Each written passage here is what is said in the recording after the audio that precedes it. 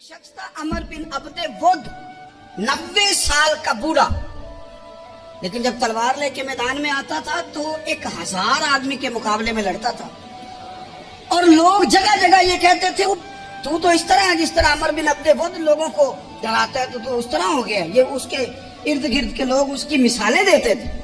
جنگ خندق جب ہو رہی تھی تو یہ مقابلے میں آ گیا، تو حضرت علی المرتضیٰ شیر خدا کرم اللہ تعالی وجہ الکریم بھی تشریف فرما تھے۔ اب پورے عرب کے اندر اس کے بارے میں یہ کہا جاتا تھا کہ اس سے نہ لڑو، وہ تو خونخوار ہے، وہ تو درندہ ہے، وہ تو جنگلی شیر کی طرح آتا ہے، وہ تو کاٹ کھانے کو دوڑتا ہے، اس سے کون لڑے۔ ایک خیال تھا، اور وہ پراپوگنڈا بازوں کا اتنا زیادہ کسی کے بارے میں ہوتا ہے کہ میں بچے لوگ آتے ہیں نا بچہ دم کرانے کے لیے، تو کہتے ہیں پیر صاحب بڑا ضدی ہے، کسی کی بات نہیں مانتا، باقی بچے ٹھیک تھے، یہ تو بڑا ہی نالائق نکل آیا ہے۔ تو میں کہتا ہوں کہ آپ اس کے سامنے یہ والی باتیں نہ کریں، یہ پکا ہو جائے گا کہ میں ضدی ہوں۔ تو آپ ذہن بنا رہے ہیں اس کا کہ تو اس طرح کا ہے۔ ذہن بنا دیا لوگوں نے کہ عمر ابن عبد ود کے مقابلے میں کوئی نہیں آ سکتا۔ خندق میں یہ آیا، اس نے للکارا مسلمانوں کو، آؤ وہ تمہاری جنت کدھر ہے جس کے بارے میں تم کہتے ہو کہ ہم شہید ہوں گے، تو آؤ میرے مقابلے میں نکلو۔ جب اس نے پہلی دفعہ للکارا تو ابھی بات ختم نہیں ہوئی تھی کہ مولا علی تلوار لے کے اللہ اکبر کہتے کھڑے ہو گئے۔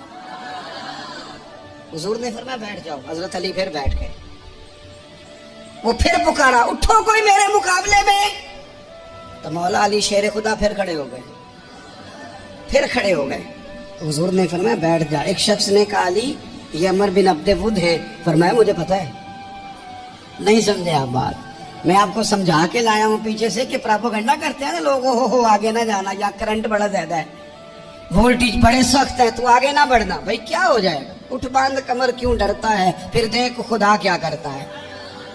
حضرت علی تیسری دفعہ اس نے کہا نا ہے کوئی، تو حضرت علی پھر اٹھے۔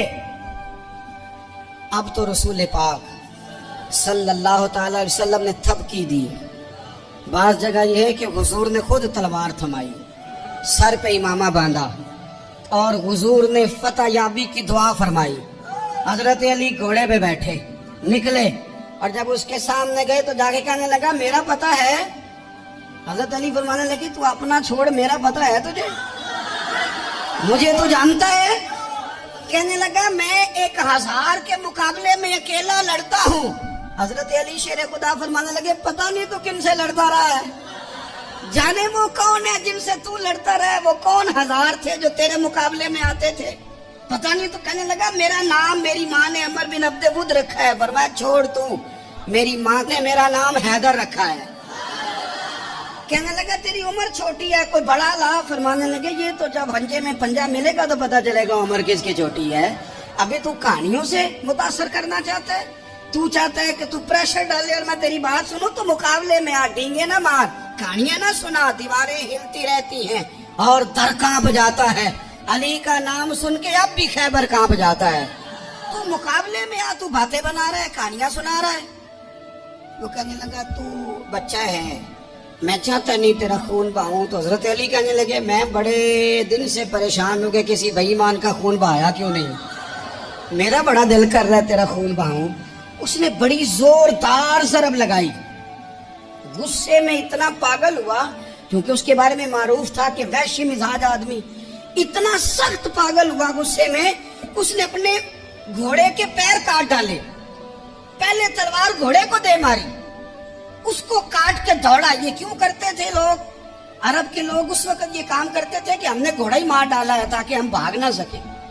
کہتے ہیں نا کشتیاں جلا دی ہیں کہ اب واپس جانے کا راستہ ہی بند ہو جائے، گھوڑے کے پیر کاٹ ڈالے کہ بھاگنا نہیں۔ اور بڑی زور سے اس نے ضرب لگائی حضرت علی پر۔